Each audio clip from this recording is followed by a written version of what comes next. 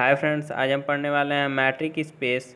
इसका बेसिक हम पिछले वीडियो में देख चुके हैं। इसका अगर बेसिक कॉन्सेप्ट आपका नहीं क्लियर है तो ये समझ में आने वाला नहीं है, इसलिए आप डिस्क्रिप्शन में लिंक दिया हुआ है, उसमें जाके आप इसका बेसिक कॉन्सेप्ट देख सकते हैं। तो आइए देखते हैं मैट्रिक स्पेस। तो let X be a non empty set, मतलब एक्स एक ऐसा सेट है जो नॉन एम्प्टी सेट है। नॉन एम्प्टी सेट का मतलब हुआ जो खाली ना हो। एम्प्टी सेट बोलते हैं जिसमें एक भी एलिमेंट ना हो, और नॉन एम्प्टी सेट बोलेंगे जिसमें मतलब कोई ना कोई एलिमेंट जरूर हो। तो let X be a non empty set, a mapping d of Cartesian product x into R is said to be a matrix or distance function if D satisfies the following condition। तो इसका मतलब क्या हुआ कि मतलब किसी भी function को, अगर कोई भी फंक्शन दिया हुआ है तो उसको हम तभी बोलेंगे कि ये मैट्रिक स्पेस है जब वो इन चारों कंडीशन को सेटिस्फाई कर दे।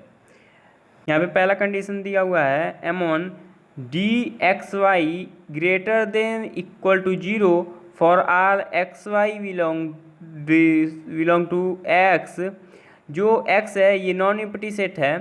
अब यहाँ पे देख सकते हैं जो d है ये x और y के बीच के डिस्टेंस को दिखाता है, और डिस्टेंस हमेशा हम लोग पॉजिटिव में ही लेते हैं। तो देखिए, अगर डिस्टेंस पॉजिटिव में ही हमेशा लिया जाता है, निगेटिव रहता है तब भी और पॉजिटिव रहता है तब भी, तो ये क्या होगा, 0 से बड़ा ही होगा। जब भी पॉजिटिव होगा 0 से क्या होगा, बड़ा ही होगा। और या तो हम लोग पॉजिटिव लेते हैं या तो 0 होता है डिस्टेंस, या तो 0 रहेगा या तो पॉजिटिव में आएगा। निगेटिव तो डिस्टेंस लिया नहीं जाता है। तो यहाँ देखिए, या तो 0 से बड़ा रहेगा या तो इसके इक्वल टू रहेगा। तो पहला कंडीशन ये सेटिस्फाई करता है।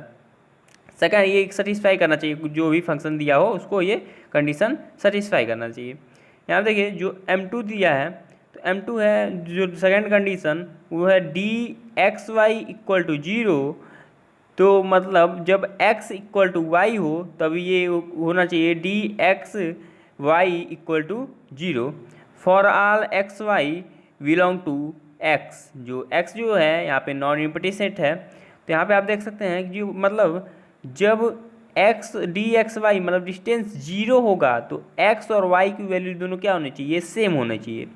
जब भी x और y की वैल्यू सेम रहेगी तो क्या होगा, डी एक्स वाई जो होगा 0 होगा। मान लीजिए इसका वैल्यू हम लोग 1 मानते हैं तो y का वैल्यू भी तो 1 होगा। तो अगर डिस्टेंस निकालें तो x में से y को माइनस करें तो 1 - 1 तो 0 ही होगा। अगर हम लोग 2 मानते हैं तो इसका भी वैल्यू 2 होगा, तो 2 - 2 करेंगे तब भी 0 आएगा। तो ये भी कंडीशन क्या होनी चाहिए, सेटिस्फाई करनी चाहिए।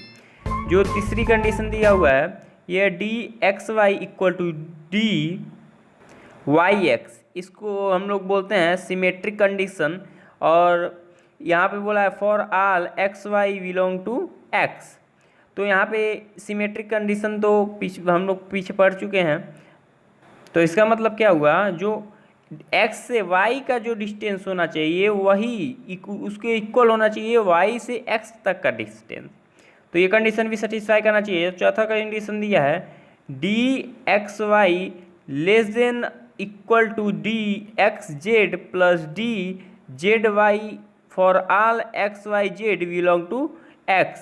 इसका मतलब क्या हुआ कि अगर हम x और y कोई भी दो नंबर लेते हैं रियल नंबर से, तो यहाँ पे जो इन दोनों के बीच का जो डिस्टेंस होगा, अगर हम इसके अलावा कोई एक तीसरा नंबर लें तो उन दो, मान लेते हैं एक तीसरा नंबर ले लिए, तो x और z के बीच का जो डिस्टेंस होगा और z और y के बीच का जो डिस्टेंस होगा, इन दोनों का अगर हम सम कर दें तो ये x और y के डिस्टेंस के इक्वल आ जाना चाहिए।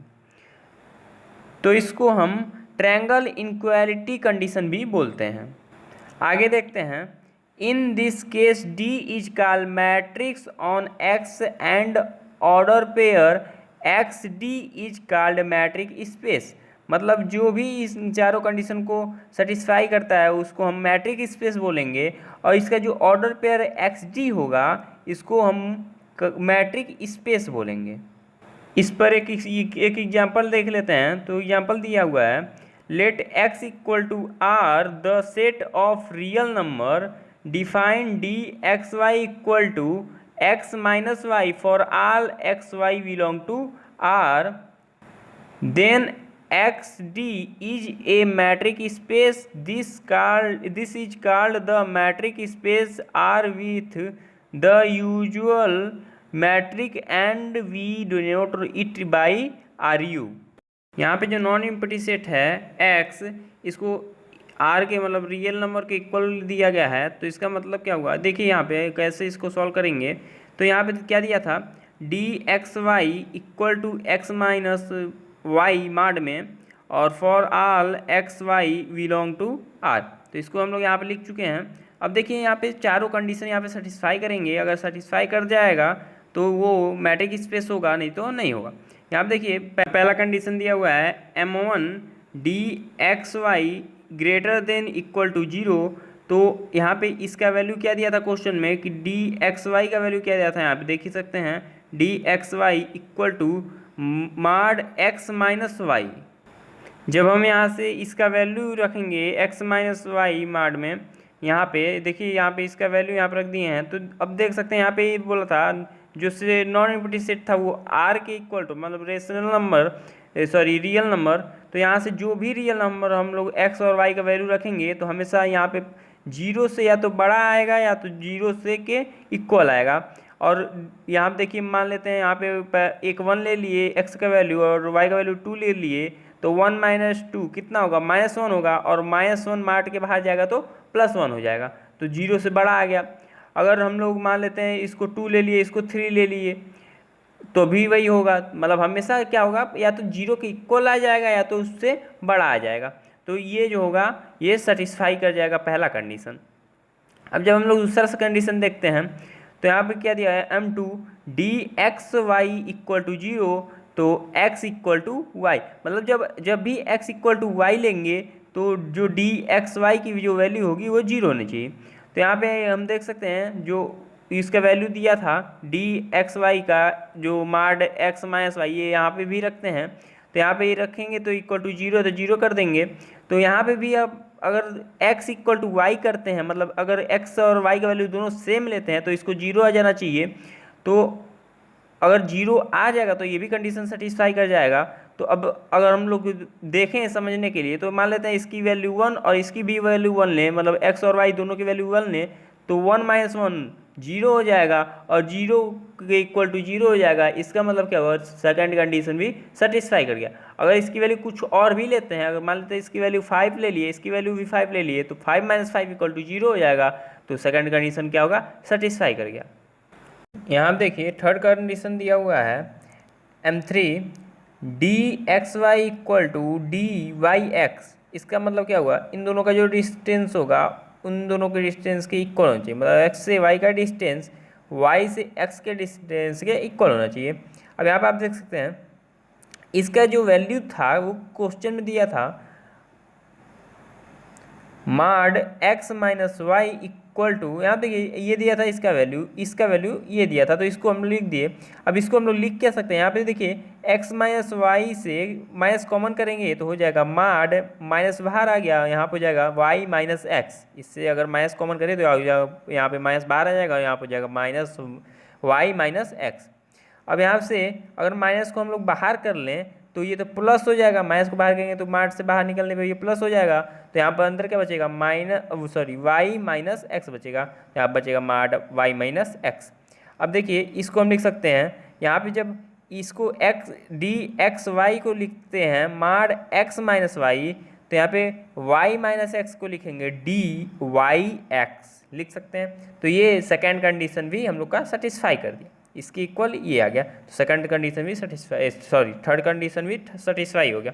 अब फोर्थ कंडीशन देखेंगे तो फोर्थ कंडीशन दिया हुआ है कि d x y less than equal to d x z plus d z Y.